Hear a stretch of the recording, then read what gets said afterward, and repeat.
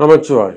உலகெலாம் உணர்ந்தோதற்கரியவன் நிலவுலாவிய நிர்மலி வேணியன் அழகில் ஜோதியன் அம்பலத்தே ஆடுவான் மலர் சிலம்படி வாழ்த்தி வணங்குவோம்.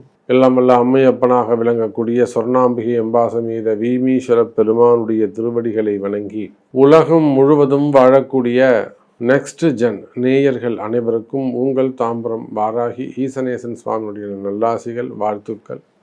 ஜெய் வாராகி, ஜெய் ஜெய் வாராகி. செப்டம்பர் மாதம், ஆடி மாதம் போச்சு, ஆவணி மாதம் பிறந்துடுச்சு.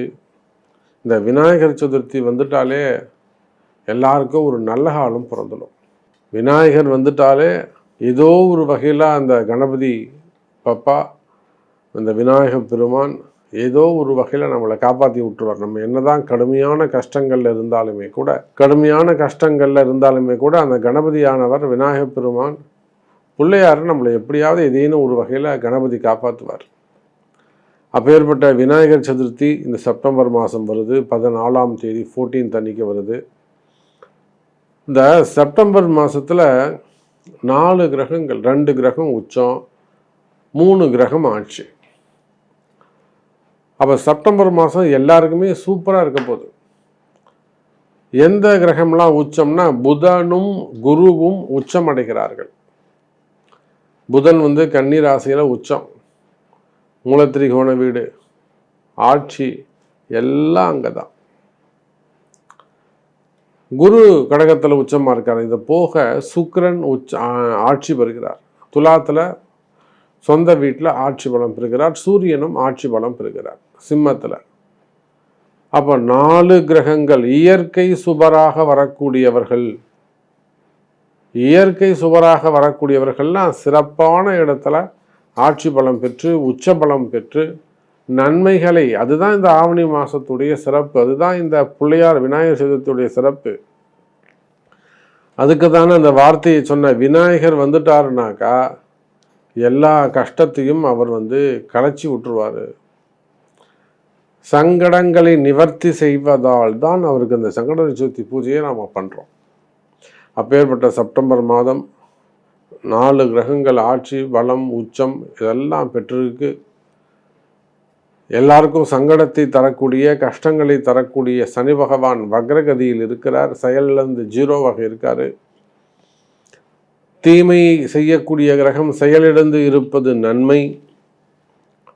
அதோட கூட செவ்வாய் 3ஆம் இடத்துல முயற்சிங்கிற ஸ்தானத்தில் புதனுடைய வீட்டில் போய் உட்காந்துருக்காரு. வீடு கொடுத்த புதன் சிறப்பாக இருக்கார்.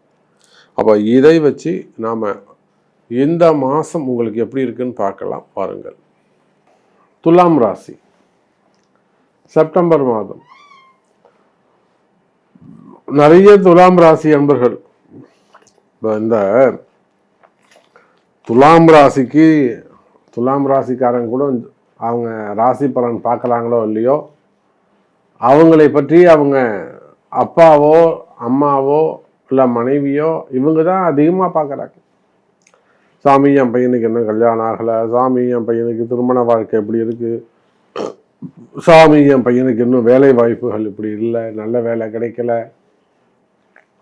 சாமி என் பொண்ணு துலாம் ராசி இப்படி இருக்குது சாமி, அப்போது என் கணவர் இப்படி இருக்காரு, என் மனைவி இப்படி இருக்காங்க. அப்போ துலாம் ராசிக்காரங்க அவங்க ஜாலியாக தான் இருக்காங்க. அவங்க ஜாலியாக தான் இருக்காங்க. ஆனால் அவங்களை நேசிக்கக்கூடியவர்கள் தான் அதிகமாக அவங்கள பற்றி கவலைப்பட்டுக்கிட்டு இருக்காங்க. ஏன்னா நமக்கு வரக்கூடிய ஃபோன் கால்ஸை வச்சு நான் சொல்கிறேன்.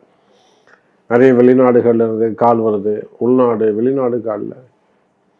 அதில் பார்த்தீங்கன்னா திருமணம் வேலை இது 2த்துல தான் இந்த துலாம் ராசி அன்பர்கள் ரொம்ப பாதிக்கப்பட்டிருக்கிறாங்க. குறிப்பாக வேலை வாய்ப்புகள், வருமானம்.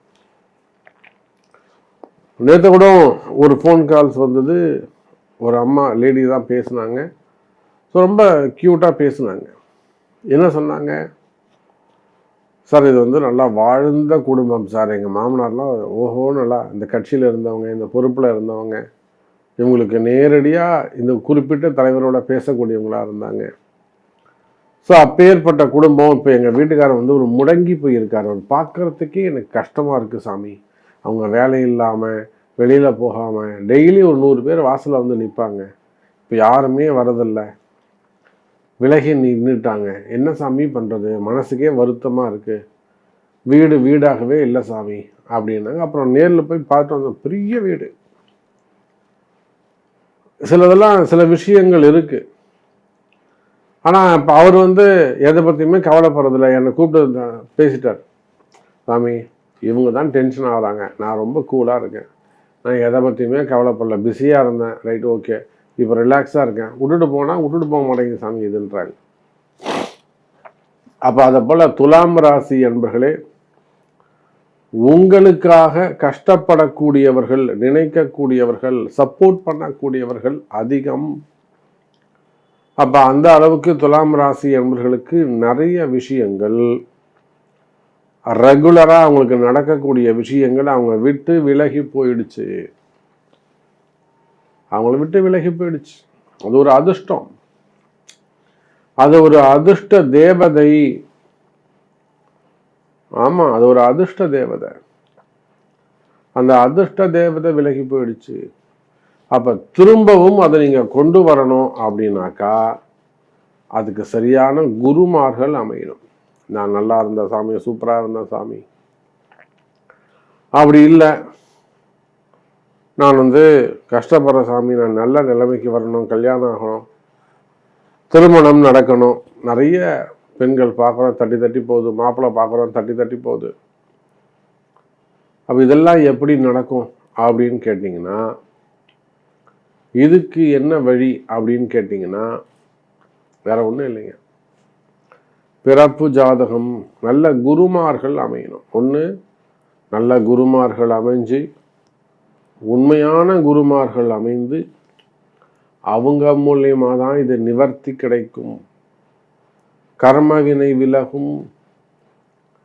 அப்போ இந்த ரகசியங்கள்லாம் எங்கே இருக்குன்னா அவங்க பிறப்பு ஜாதகத்தில் இருக்கும். எந்த கோவிலுக்கு போகணும், எந்த மாதிரியான வழிபாடுகள் செய்யணும், இதெல்லாம் அந்த குரு தான் உங்களுக்கு வழிகாட்டுவார். அப்போ கடைசி வரலும் உங்களுக்குன்னு ஒரு குல குருவை நீங்கள் வைத்து, எதுவாக இருந்தாலும் நான் அவரை கேட்டுதாங்க செய்வேன். வழிகாட்டுதல் ரொம்ப முக்கியம் சார். உங்கள் ராசிநாதன் சுக்கிரனே ஒரு அசுர குரு. அந்த அசுர குலமே அழியாமல் அடுத்து அடுத்து அடுத்து தழைத்து ஓங்கியதற்கு காரணம், நிலைத்து நின்றதற்கு காரணம், தெய்வங்களையே எதிர்த்து நின்று போரிட்டு தெய்வங்களை விட பேர்புகழ் பெற்றவர்கள் அசுரர்கள். அப்போ காரணம் குருமார்கள் தான் காரணம். அப்போ துலாம் ராசி என்பர்களே, உங்களுக்குன்னு ஒரு குருவை நியமனம் செய்து கொள்வது சிறப்பு. அந்த குரு வாயால் ஒரு நல்ல வார்த்தையை நீங்கள் நல்லா இருப்பீங்க சார், நீங்கள் கவலைப்படாதீங்க சார், நல்லா வந்துடுவீங்க சார், நீங்கள் ஜெயிப்பீங்க சார் அப்படின்னு ஒரு மங்களகரமான வார்த்தையை, ஒரு ஆசீர்வாதத்தை நீங்கள் வாங்கிட்டீங்கன்னா, எனக்கு அந்த அடுத்த தசா புத்தி எப்படி இருக்கும், எனக்கு அடுத்த புத்தி எப்படி இருக்கும், எனக்கு அடுத்த தசை எப்படி இருக்கும், எனக்கு அடுத்த பயிற்சி எப்படி இருக்கும், அந்த குரு வாயால் ஒரு வார்த்தை சூப்பராக இருக்கும் சார், நல்லா இருக்கும் சார் அப்படின்ற வார்த்தையை வாங்கிட்டீங்கன்னா நீங்கள் ஜெயிச்சிடுவீங்க. அப்போ நல்ல குருவை தேர்ந்தெடுங்கள். குருவுடைய ஆசீர்வாதம் கிடைத்தால் அனைத்தும் சிறப்பானதாக இருக்கும். இதுதான் ரகசியம்.